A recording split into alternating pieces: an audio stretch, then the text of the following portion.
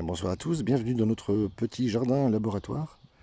Je me propose de vous faire découvrir les nouvelles structures qui supporteront les tomates géantes d'ici quelques semaines. Alors tiens, entre parenthèses, vous voyez que les pommes de terre sont sorties, protégées par ce grand filet brise-vent qui m'a servi de filet anti-gel, et je dois dire que, à ma grande surprise, les pommes de terre sont déjà en place, certaines en tous les cas d'entre elles, et elles ont été placées, rappelez-vous, le 14 mars dernier. Donc il y a à peu près un mois. C'est dire si ces filets sont efficaces. Alors, je vais essayer de ne pas vous tenir trop longtemps aujourd'hui. Je vous montre les pois Norly qui sont sortis, qui étaient déjà sortis, et ainsi que les fleurs. Il me restera à y placer quelques salades lorsque la période de Sainte-Glace se terminera, c'est-à-dire sans doute dans une dizaine de jours. Alors vous remarquerez qu'aux extrémités de cette planche, le maire a réussi à y passer et poursuit son travail de sape en retirant les petits pois. Enfin, les pois mange-tout, pardon. Alors, vous vous souvenez de cette cuve récupérateur d'eau destinée que j'ai transformée en hôtel à Aurict. Eh bien, j'ai décidé d'en faire un double emploi puisqu'il me restait quelques plants de fraises et donc j'en ai placé ici ainsi que dans l'autre bac qui est situé là-bas. Alors ces carrés potagers, nous en parlerons peut-être une prochaine fois. Mais dans l'ensemble, ça se déroule bien.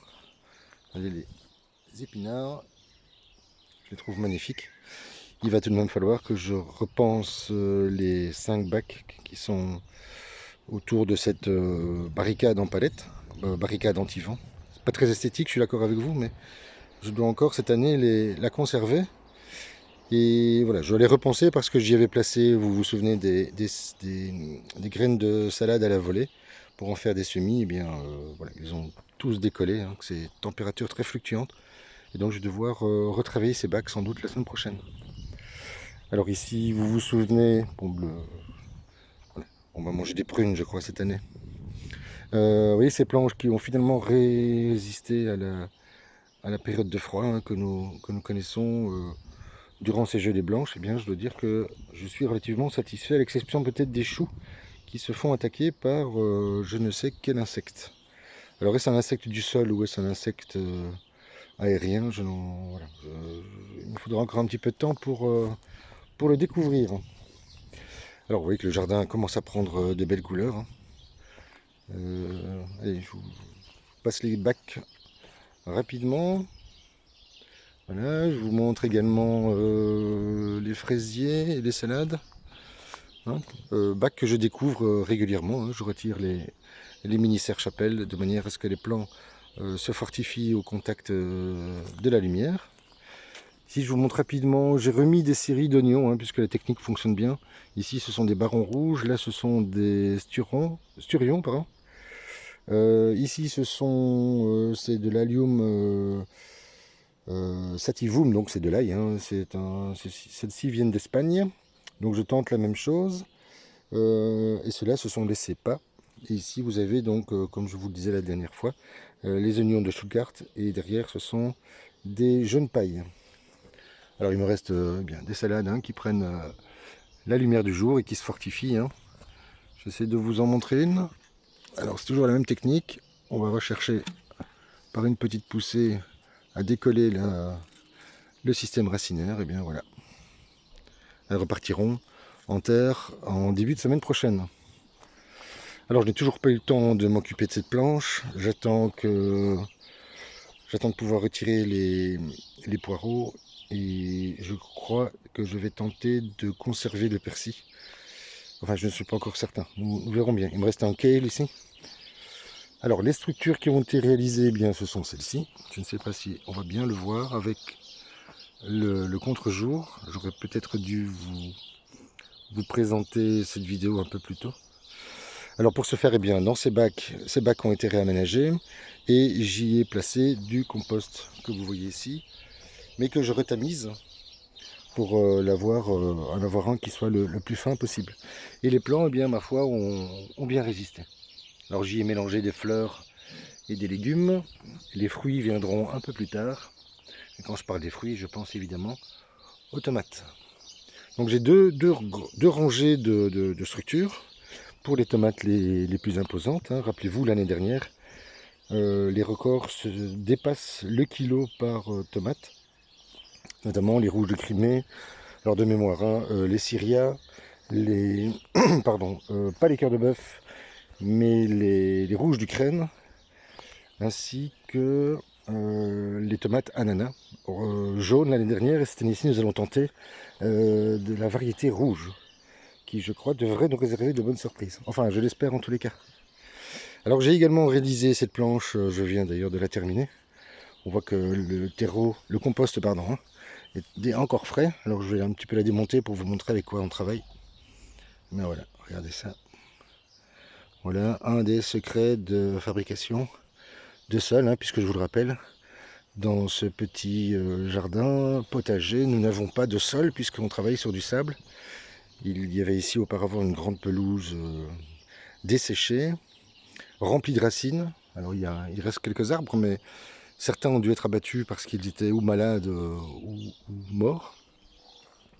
Et donc le choix a été opéré, pas par moi, mais par la personne qui occupait un tout petit jardin là-bas dans le fond, il y a 2 ans maintenant. Et voilà, que j'ai repris pour essayer d'en faire un petit système productif.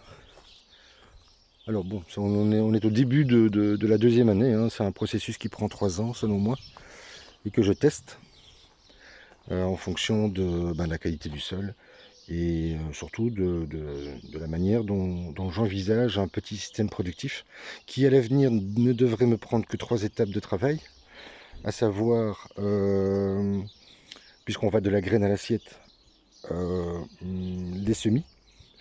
La deuxième période importante, c'est la plantation, qui se déroule en 15 jours, à peu près, hein, entre le 15 mai et le 1er juin. Tout doit être en terre pour le 1er juin, si possible. Et la 3e phase importante, c'est la récolte. Donc voilà, si j'arrive à obtenir, à mettre en place ce petit système, toujours sans arrosage, eh bien j'en serai ravi. Alors nous verrons ce que donneront les années à venir. Alors les pommes de terre ici, ça se déroule très bien aussi, ce sont des binges. Et de ce côté, vous vous souvenez qu'il y avait une structure précédemment où j'avais placé l'an dernier les petites tomates cerises, tomates au jaune, les tomates poires rouges et jaunes, et alors surtout les tomates oranges marocaines, dont Mandarine sans doute vous parlera un jour. Eh bien, j'ai réalisé 2 mastabas, donc 2 élévations. Vous vous souvenez que durant l'hiver, j'y avais placé un broyat en décomposition. Alors je vais essayer de vous montrer ici ce que ça donne, puisqu'après avoir découvert, donc il y a bien 10-12 cm de matière. Hein, l'idée ici, c'est de faire pousser les pommes de terre sur du broyat et dans du broyat. Et donc j'ai découvert cette matière, vous voyez, hein, le bois qui est mycélisé. Et regardez cette couleur, voilà, que je trouve particulièrement intéressante. Hein, toujours humide, elle garde beaucoup d'humidité.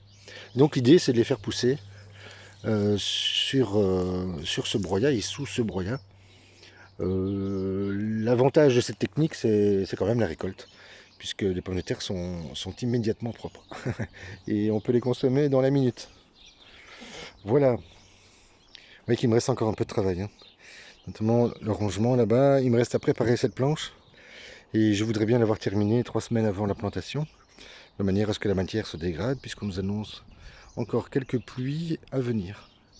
Alors pourquoi ai-je repiqué? Alors je vais vous laisser, hein, mais pourquoi avoir repiqué dans ces planches hier et avant-hier, mais surtout hier? Eh bien tout simplement parce qu'on était en période de lune montante, et j'ai pu observer, comme le pensent certains anciens, que la lune montante favorise la croissance des plants, que ce soit au semis ou au repiquage ou au rempotage. Donc voilà, je tente l'expérience, malgré les journées encore fraîches que nous allons avoir, à savoir 1 degré ce soir. Et comme la journée était très ensoleillée, le sol s'est réchauffé. Et donc on ne le voit pas, mais on devine une évaporation latente.